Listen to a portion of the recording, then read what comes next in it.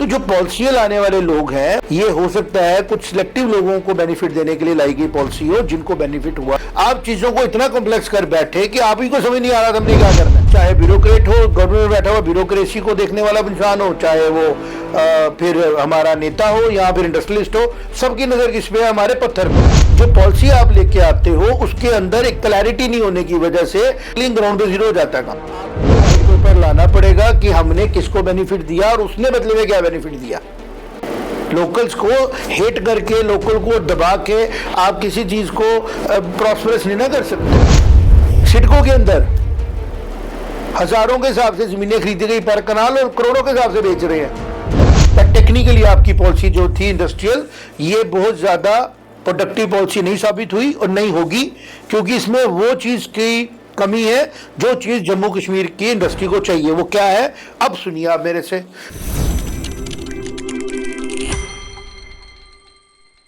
अर्थ news studio में मैं शिवांग सत्य गुप्ता सत्य संघ में एक बार फिर से पॉलिसी के ऊपर बात करने के लिए आया हूं।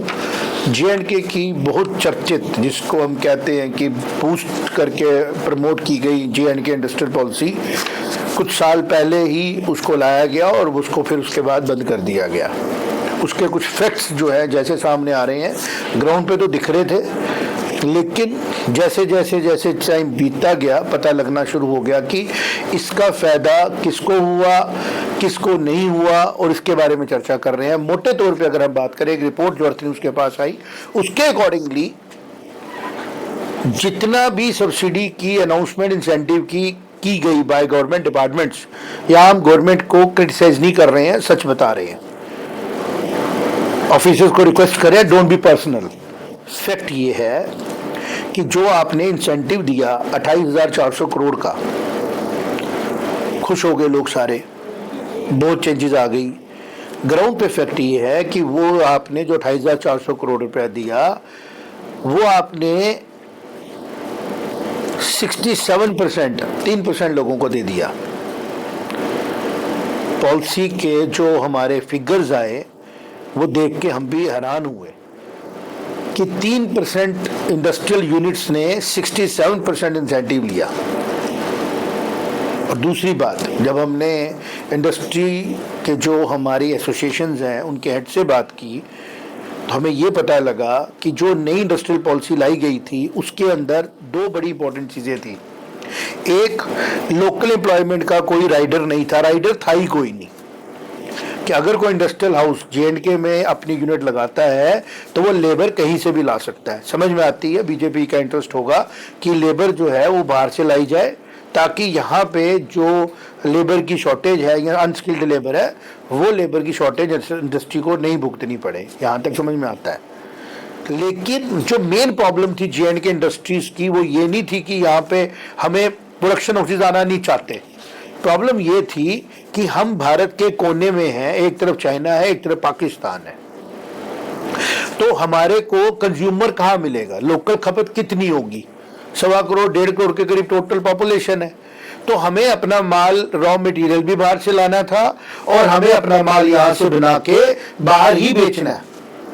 उसके ऊपर इस इंडस्ट्रियल पॉलिसी में कोई भी इंसेंटिव नहीं था। और दूसरी बात, जो एग्जिस्टिंग यूनिट्स थे, अगर वो अपना एक्सपेंशन करते हैं, उनके लिए भी इंसेंटिव पैरिटी नहीं थी। इंसेंटिव पैरिटी का मतलब होता है कि वो दोनों यूनिट्स अलग हैं। एक ने 10 करोड़ में नया यूनिट लगाया और एक ने 10 करोड़ लगा के अपना पुराना यूनिट के साथ एक और लाइन लगाई। दोनों को सेम पैरिटी नहीं थी, दोनों को सेम बेनिफिट नहीं था। और GST का जो लॉस यूटी को हुआ टैक्सेस में, अगर उसको भी हम कोलैबोरेट करें बीच में, तो ये इंसेंटिव जो पॉलिसी आई, ये किसी भी पैरामीटर में इंडस्ट्री को बूम करने की पॉलिसी नहीं थी। ये हो सकता है कुछ सिलेक्टिव लोगों को बेनिफिट देने के लिए लाई गई पॉलिसी हो, जिनको बेनिफिट हुआ भी, होगा भी, लेकिन कुछ सालों के बाद जैसे ही ये इंसेंटिव खत्म होगा, वो लोग यहाँ से वाइंड अप करेंगे और चले जाएंगे। हमने कुछ फैक्ट्स लिए जो ऑलरेडी पॉलिसी हमारी थी, उसका रिजल्ट क्या है। तो जो पॉलिसी लाने वाले लोग हैं, उन लोगों को चाहिए कि इंडस्ट्री के साथ मिलके बैठ के इंडस्ट्री पॉलिसी बनाए।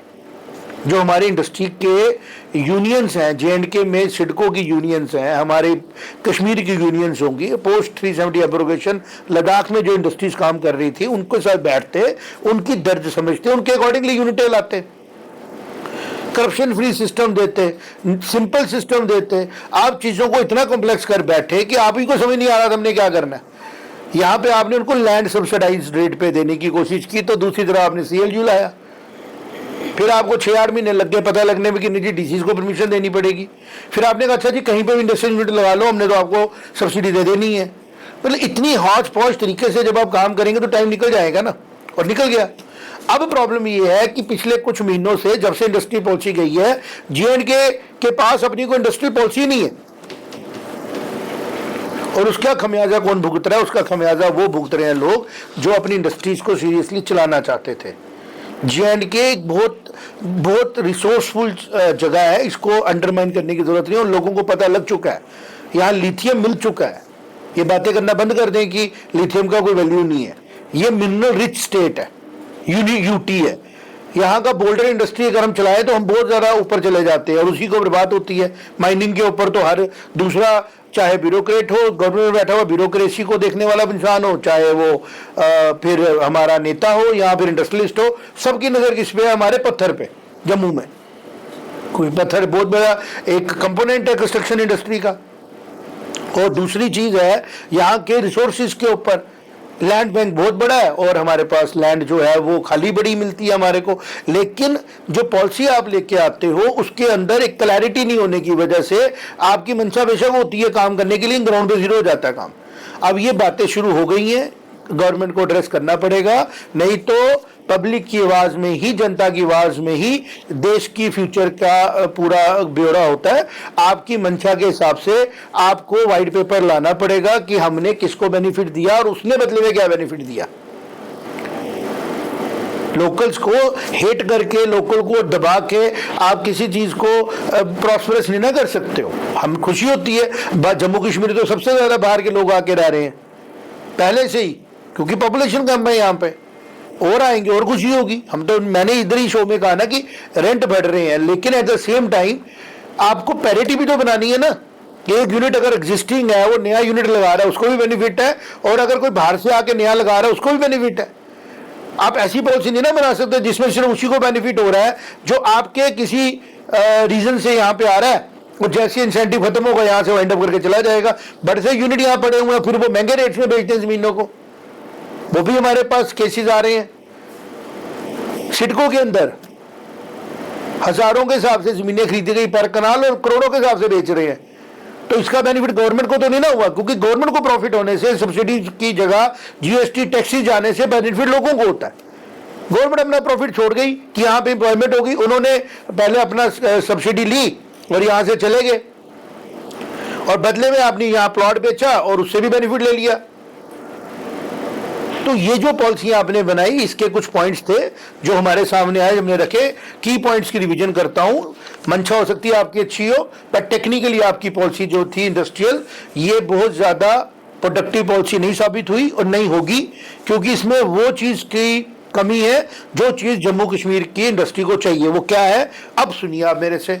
जम्मू कश्मीर की इंडस्ट्री को चाहिए इनकमिंग एंड आउटगोइंग लॉजिस्टिक्स पे इंसेंटिव, क्योंकि हमारी प्रॉब्लम जम्मू कश्मीर के लोगों की, इंडस्ट्री की है कि हमारे यहाँ से जो मार्केट्स हैं वो दूर है।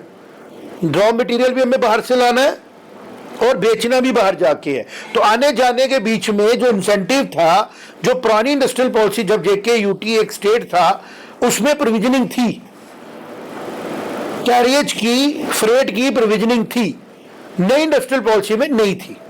और अगर आज भी कोई पॉलिसी बन रही है, अगर आप समझते हैं कि हमें GST को लॉस क्यों देना है, लॉस क्यों बेयर करना है, तो आप सिंपल तरीके से ये दो चीजें ले आइए। एक लैंड की अवेलेबिलिटी करने के लिए एक टास्क फोर्स बनाइए कि जो भी झगड़े हो वो सॉल्व किए जाए, और हम कम्पीट करने के लिए तैयार बैठे हैं। सिर्फ आप हमें फ्रेट के सब्सिडी दे दीजिए, फ्रेट में इंसेंटिव दे दीजिए। ये मांग है इंडस्ट्रीज की कि आप हमें रॉ मटेरियल लाने में जो खर्चा होता है उसमें इंसेंटिव दीजिए, जो यहां से हम प्रोडक्ट फिनिश करके बेचते हैं बाहर, उसमें हमें इंसेंटिव दे दीजिए फ्रेट पे। ताकि हम मार्केट के साथ कॉम्पीट कर पाए। और जो बड़ा सवाल कुछ इंडस्ट्री के लीडर्स ने हमें बोला, वो ये बोला कि मैं एक अपना एग्जिस्टिंग यूनिट लेके आता हूं, मुझे सिर्फ कैपिटल सब्सिडी है, और जो मेरा कॉम्पिटिटर है उसको 300% सब्सिडी है जीएसटी में, कैपिटल की, इंटरेस्ट की, मुझे वो है ही नहीं, तो मेरा प्रोडक्ट बनेगा ही महंगा, बिकेगा भी महंगा, मैं सर्वाइव वहां से करूंगा। तो आप एक तरफ किसी को जिंदा कर रहे हो, एक तरफ किसी को मार रहे हो। ऐसी पॉलिसियां वो लोग बनाते हैं जिनके पास एडमिनिस्ट्रेशन का इक्विपमेंट तो होता है किताबें पढ़ के, पर ग्राउंड रियलिटीज का फैक्ट पता नहीं होता है। ये प्रॉब्लम अंबानी ने भी अपने टाइम, धीरूभाई जी ने मूवी में देखी थी, आज भी हम देख रहे हैं। तो हमारे जैसे मीडिया हाउसेस का काम होता है रॉ तरीके से, सिंपल तरीके से ग्राउंड पे जाना, ग्राउंड पे प्रॉब्लम जो दिख रही है वो दिखानी और बात करनी। हमारे नेताजी तो पॉलिटिकल बात कर रहे हैं, डिप्टी सीएम साहब ने जो स्टेटमेंट दी पॉलिटिकल है, बीजेपी ने जो कहा वो पॉलिटिकल है, जो हम कह रहे हैं वो नॉन पॉलिटिकल है, वो टेक्निकल है कि जम्मू कश्मीर के अंदर जिस एक कम्युनिटी ने 370 टूटने से पहले टफ सिचुएशन में इंडस्ट्री को जिंदा रखा, उनका कंट्रीब्यूशन अंडरमाइन करके आप उन चंद इंडस्ट्रियों को लाके यहां पे नहीं कह सकते कि आपने कुछ किया ही नहीं है। आपको एग्जिस्टिंग यूनिट्स के लिए एक स्ट्रॉन्ग पैकेज बना के उनको बूस्ट करने की जरूरत थी, तो इकोसिस्टम बनता है कि वो बढ़ते, बेनिफिट लेते, जो बाहर से हम लाते उनके साथ कोऑर्डिनेशन होता, वो भी यहाँ मिलजुल के इसको एक इंडस्ट्रियल हब के तौर पे तैयार करते, और एम्प्लॉयमेंट भी क्रिएट होती, ग्रोथ भी होती, पॉजिटिविटी भी आती। तो इसके लिए पर्सनल इंटरेस्ट के ऊपर पब्लिक इंटरेस्ट की तरफ जाने की जरूरत थी। ये जो पॉलिसी अभी आपने लाई, जिस तरीके से लाई गई, जिस तरीके से इंप्लीमेंट की गई और जिस तरीके से अभी कोई पॉलिसी एग्जिस्ट नहीं कर रही है, ये बहुत बड़ा लॉस जो है हर दिन J&K की ओवरऑल इकोनॉमी को भी दे रहा है, एम्प्लॉयमेंट को भी दे रहा है, और मोरल्स को भी दे रहा है। पीपल आर फीलिंग लो कि हम यहाँ पे क्यों काम कर रहे हैं। तो कारण है पॉलिसी का, सोल्यूशन भी ठीक पॉलिसी बना के होगा। इसलिए कमेंट किया, इंफॉर्मेशन शेयर की। ऐसे ही पॉजिटिव सजेशंस के साथ, आइडियाज के साथ कोशिश करूंगा कि आप लोगों के सामने लाता रहूं चीजें, और अर्थ न्यूज अपनी ड्यूटी जो उसकी बनती है बीइंग अ मीडिया हाउस वो करती रहे। मिलते हैं एक बार दोबारा आपसे। जय माता दी।